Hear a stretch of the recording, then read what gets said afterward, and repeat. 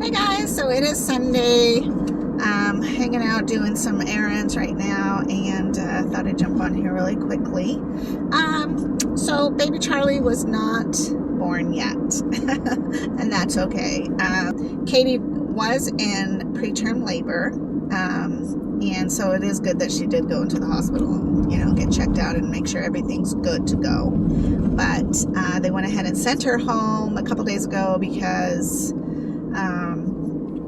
her contractions aren't strong enough, and they're not advancing, and so her body literally shut down the contractions, and now she's just chilling at home waiting for the magical moment to happen again. So yesterday we decided to go down to the fair in Douglas. Kind of find out though is that Peyton and the crew from up north were down at the fair, or was down in Bisbee at Grandpa and Grandma's house, and so we hurried down there, and Ben ended up going with them to the fair, and Donnie and I decided that we would wander around Bisbee to some thrift stores and then wait to go to the fair with my friend Jasmine. Once they left for the fair, we wandered around Bisbee, and it was pouring rain. And I text Peyton because I'm like, is it raining there? Because I don't want to go to the fair in the rain. And she was like, no, but it's really hot. So I'm figuring the humidity must have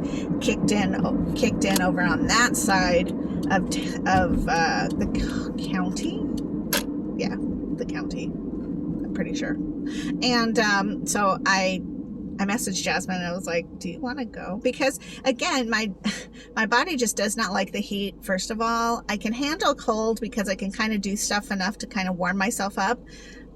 But the heat is just another thing, and especially humidity, and it takes me forever to cool down, and then I just feel sticky and gross, and I don't have a good time in it, and I wish I could, but I just don't. After hearing that, I messaged my friend Jasmine, and I was like, I don't think I can do this. And so she's like, oh no, come on over here, hang out with us. And so that's what we ended up doing, which was really, really fun. In the morning, I packed up my bag for my exchanges, of course, and I figured, okay, I will do my exchange right before we leave, and then Bisbee's almost 2 hours away, so I timed it so that I could do an exchange on the road, and I got everything ready.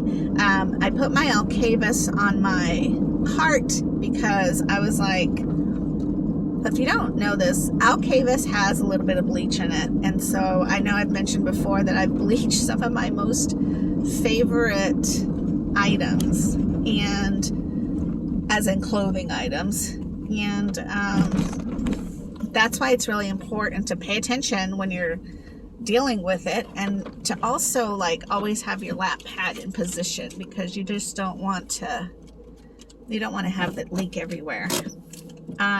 So I had that, and I got in the car, and we all took off, and everything was great. And then I realized that I had left my Alcavis on my cart, and I do not have a traveling Alcavis. I don't believe I can leave Alcavis in my car in Tucson. Maybe other places, but I really feel like it would alter it maybe, or possibly make it blow up. I have had experiences where soda has been in the car in the trunk area and burst open. I don't know, because different altitudes too will make, bottles swell and pressurize. And I don't want to just always have Alcavis in the car. And remember, when you open it, it's only good for so much time. I typically use it so fast that it's not over its time period. And I want to say it's like 21 days or something like that. Maybe I don't even remember, but I use mine enough and fast enough that it's not ever been an issue. You don't want to just open a bunch of Alcavises and have them open, is my point. I have an open Alcavis and I bring that. But what I intentionally in my head was thinking was, don't put it in the bag in case it tips over, because it does not seal shut. It will drip. And I've had that happen where Ben didn't know, and so he knocked it over like in the car. The Alcavis has its little lid on there, and then it had dumped over. Some of it poured into that little cup, and so when you set it back up, it dripped down the bottle and got on my favorite cardigan. And that's how I realized that that thing is not spill proof. Alcavis is very important because that's what helps you sterilize your connection. And so now I'm stuck in a situation where I have to get Ben to Bisbee. I don't know that Alcavis is just sold in a grocery store because Bisbee's little and the only store they really have is Safeway. Now I need to do exchanges without sterilizing. What do you do in that situation? And this is a prime example of when things go wrong, how do you cope with it? How do you manage it? Because they will. Like, so many random things can happen and you think you got everything covered and then some slight little slip like this, and this is what happens. So my first thing is don't panic. There's never anything good with panic. My second thing is think methodically or think logically. You could call, I guess, like your emergency nurse for DaVita or PD nurse to find out what they think you should do.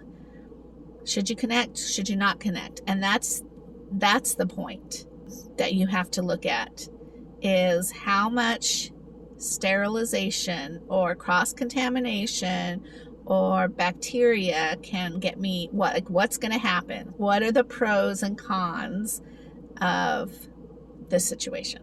So what I decided was I would connect once. I did a really long dwell for like 6 hours, 7 hours.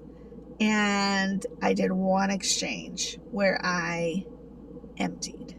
So my thought was, if I draining means you're emptying, which means the flow would be going out and down, which would be safer than in to fill. I decided I would just drain, and that was it for the day. I didn't anticipate Ben being gone at the fair for so long because he ended up staying till about 9. And I was about 20 minutes away because that's how far Jasmine lives from Bisbee. Douglas, where the fair was at, is even further, but the opposite direction. And so about 7 or 8, I was like, are you guys still at the fair? And they were. And so I just asked my brother if he could just bring him home on the way back home to his place, because he drives by Tucson to go home. And he was like, yeah, sure, no problem, And so we ended up leaving. And I don't know if it was the week was monstrous last week. And just so much, too much almost. And we were exhausted. Like, I wanted to sleep so badly on the way home, but I could not because I didn't want to leave Donnie awake to try to drive us the hour and a half home. We did stop for coffee, but sometimes coffee just doesn't help. If you're a big coffee drinker, like coffee is wonderful and sometimes not helpful. So by the time we got home, which was, I think we got home maybe 11:30 or 12, I fell asleep. I literally could not function anymore. I just needed enough awake and awareness to get into bed and pass out. All of it combined made me so exhausted yesterday. And so that's why I ended up only doing one exchange yesterday, even though it was a really long exchange. Was able to stay as sterile as possible in that kind of situation. The bad news is I didn't do my other 2 exchanges. The other thought was I need to get just like maybe a little squeeze bottle or something that will definitely not leak. And use that maybe when I travel so that I don't forget the Alcavis. This is the first time, though, in a year and a half that I ever forgot my Alcavis. So that's pretty great. I mean, we could look at it like, I can't believe you forgot it, or we could look at it like, wow, you did at least 80 days. Is that 80 weeks of not forgetting your Alcavis? So it is what it is. and I'm okay. I hope. Like, I don't feel any different today. I did a scrub like super extra this morning when I did my first exchange, though, because I was like, oh my God. When things like this happen, try your best to find the humor, the joy, the practicality of what's happening.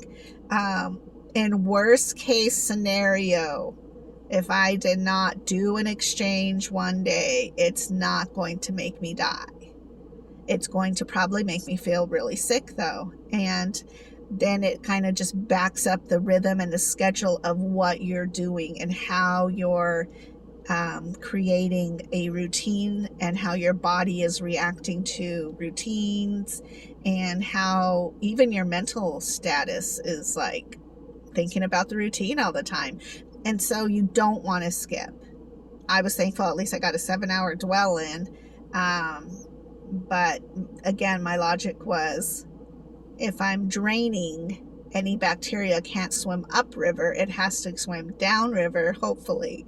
And I trusted that in my cap, iodine in my cap would really do its purpose, because it's there to kill any germs.